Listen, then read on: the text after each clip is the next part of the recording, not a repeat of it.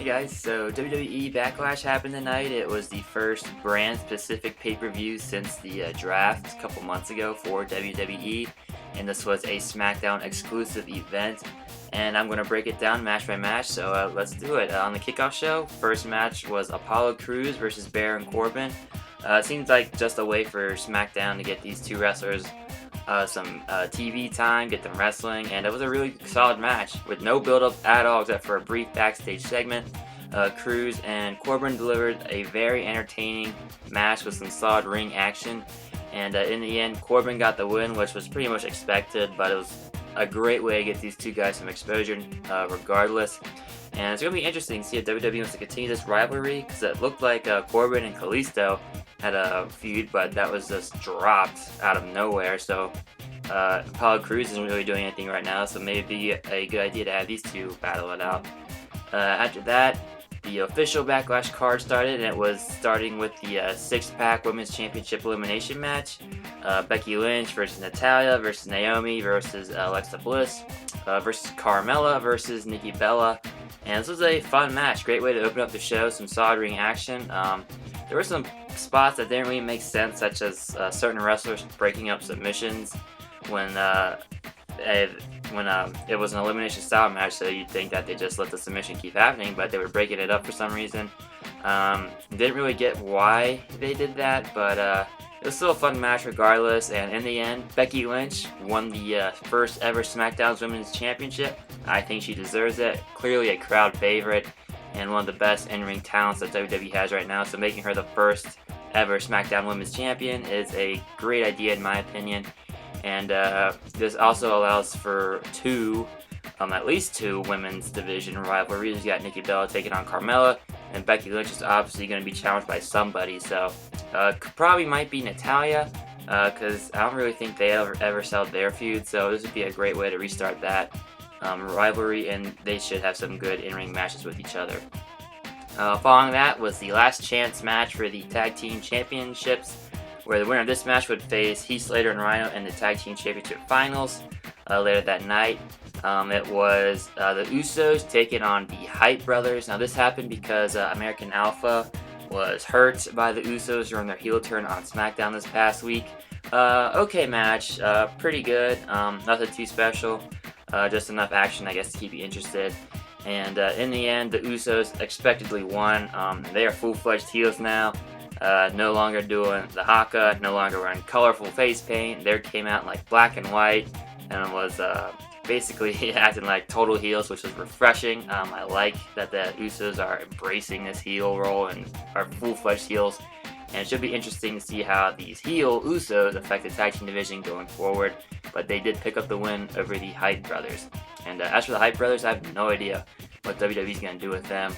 Because as for now, the tag team division is pretty much only three teams: Slater and Rhino, Usos, and American Alpha. So it'll be interesting to see what WWE decides to do with the Hype Brothers and other teams like the Vaudevilles and the Ascension. Are they going to keep them as jobbers, or like actually develop them and make them legit threats in the tag team division? Following that, it was the Intercontinental Championship match. Dolph Ziggler was taking on The Miz. And this was a really good match. Very solid action throughout. The Miz is actually looking like a legitimate, credible Intercontinental Champion. He was taunting Daniel Bryan during the match by doing some of his signature moves, and the in-ring action was just solid throughout. Started out pretty slow, but it picked up nicely. Really good match. I did not like the ending. Maurice helped The Miz pick up the win. If Miz could have won without Maurice's help, I feel like this match would have been really just like one of the better matches of the night. Still really good though. And as I said, Miz picked up the win over Dolph Ziggler, retaining his Intercontinental Championship thanks to his wife. And hopefully this leads to like a heel turn for Ziggler, maybe down the road after this rivalry plays out, unless they have a new challenger for Miz, because Ziggler's really been stale for a while now. And him losing here might be that push that sends him over the edge and into a heel turn that would refresh his character. After that, it was supposed to be Bray Wyatt versus Randy Orton, but they had a backstage segment earlier in the night where Bray Wyatt was smashing Randy Orton's leg into a door, so he was medically not cleared to compete, and Bray Wyatt ended up winning via via forfeit. But the referee or the announcers told Bray Wyatt that there was actually another match scheduled. It was a no-holds-barred match versus Kane. So Kane comes out, Bray Wyatt and Kane have a no-holds-barred match. Okay match, really cool spot where Bray Wyatt does like a senton on the Kane through the table, the announce table. Really just kind of weird though. I don't get why they picked Kane, and then in the end, Kane beats Bray Wyatt after an RKO from Orton. I thought for sure if they're going to have Wyatt face Kane, that Wyatt would be going over, and then maybe have Orton interfere at the end after the match. But having Kane beat Wyatt with no build-up, and Orton getting the assist despite being hurt, that just kills Wyatt's momentum for me. I can't really take him seriously. I haven't been able to take him seriously for a while now. I mean, he talks the talk, but he never walks the walk.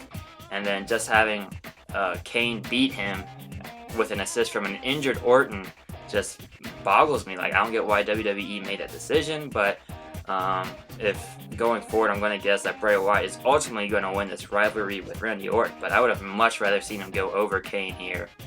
After that, it was the Tag Team Championship Finals match. Heath Slater and Rhino taking on the Usos. Fun match. In-ring action was okay, but like the main focus here was Slater and Rhino.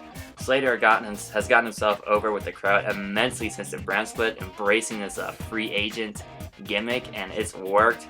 The crowd was solidly behind him, even chanting "He's got kids" during the match, because Slater and his wife Pula, and they're like, I don't know, 12 kids or whatever in their trailer. Well, Rhino and Slater pick up the win. They are your first ever SmackDown Tag Team Champions, and Slater has earned himself a contract with SmackDown.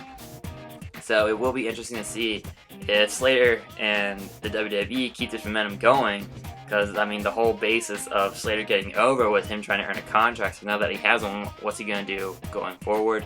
How long are him and Rhino going to be Tag Team Champions? I mean, American Alpha is going to come back in a couple of weeks, or if not, this Tuesday on SmackDown. So it will be interesting to see how the Tag Team division plays out with Slater, a new SmackDown signee, and Rhino as the reigning Tag Team Champions. After that, it was AJ Styles versus my boy, Cincinnati Zone, Dean Ambrose for the WWE World Heavyweight Championship. By far, match of the night, exciting match, lots of great in-ring action. I was sitting on the edge of my seat for the entire thing.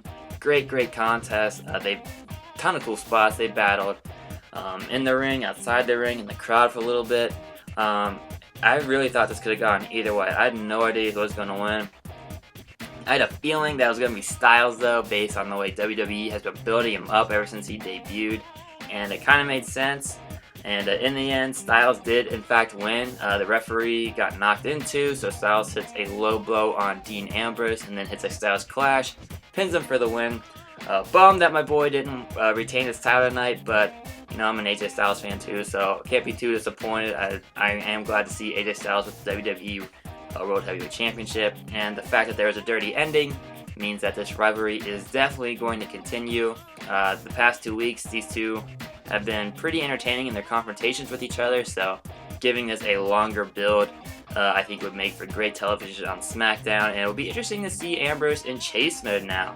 I think some of Ambrose's best work has come when he was like chasing Seth Rollins, and then chasing Brock Lesnar and Roman Reigns, building up the fast lane, and chasing Triple H towards Roadblock this past year before WrestleMania. It was very entertaining to see Ambrose in that role, and it's going to be pretty refreshing for Ambrose.